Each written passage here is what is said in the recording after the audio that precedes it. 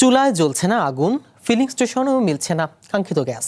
তীব্র গ্যাস সংকটে কার্যত স্থবির লক্ষ্মীপুরের জনজীবন। একদিকে জীবিকা হারাচ্ছেন সিএনজি অটোরিকশা চালকেরা, অন্যদিকে ব্যাহত হচ্ছে বাসাবাড়ি ও হোটেল রেস্তোরাঁর স্বাভাবিক কার্যক্রম। লক্ষ্মীপুরের আবাসিক এলাকাগুলোতে দিনের বেশিরভাগ সময় থাকছে না গ্যাস। বাধ্য হয়ে অনেকে ঝুঁকছেন এলপিজি সিলিন্ডারে, তবে সেটিও কিনতে হচ্ছে চড়া দামে। রান্নাসহ দৈনন্দিন কাজে দুর্ভোগে পড়েছেন সাধারণ মানুষ। প্রভাব পড়েছে হোটেল রেস্তোরাঁতেও। গ্যাসের বদলে অনেকে বাধ্য হয়ে লাকড়িতে রান্না করছে। নিয়মিত বিল পরিশোধ করেও গ্যাস না পাওয়ায় গ্রাহকদের মধ্যে বিরাজ করছে চাপা ক্ষোভ।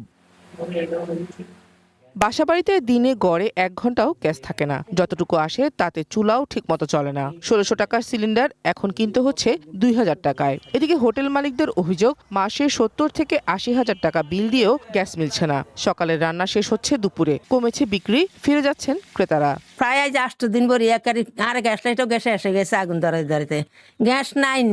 সিলিন্ডার কিনতে যাই, সিলিন্ডারও ঠিক মতো পাই না, সিলিন্ডারের দাম বেশি। গ্যাসের সংকট কারণে আমরা আজকে ব্যবসা বাণিজ্যের দিক থেকে অনেক পিছিয়ে গেছি। লাঞ্চের কাজটা আমরা 12টার ভিতরে করতে পারি, সেটা আমাদের 4টা বাজে যায়। এই জন্য আমাদের লাকড়ি ব্যবহার করতে হচ্ছে। অন্যদিকে সিএনজি ফিলিং স্টেশনগুলোতে প্রতিদিনই দীর্ঘ লাইন। ঘন্টার পর ঘন্টা অপেক্ষা করে গ্যাস না পেয়ে আয় হারাচ্ছেন চালকেরা। অথচ এই আয়ের উপরেই নির্ভর করে তাদের সংসার। কালকে চলে গেছি, আজকে পর্যন্ত এখনো গ্যাস পাই না।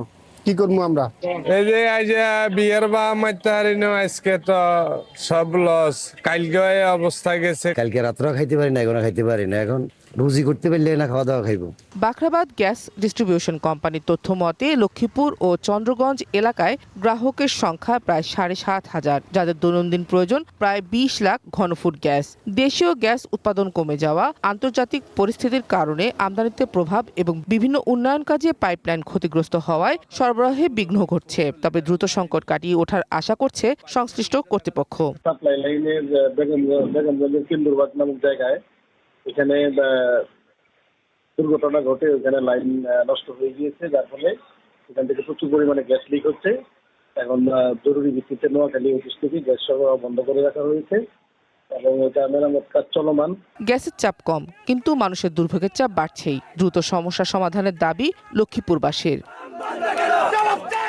One national desk.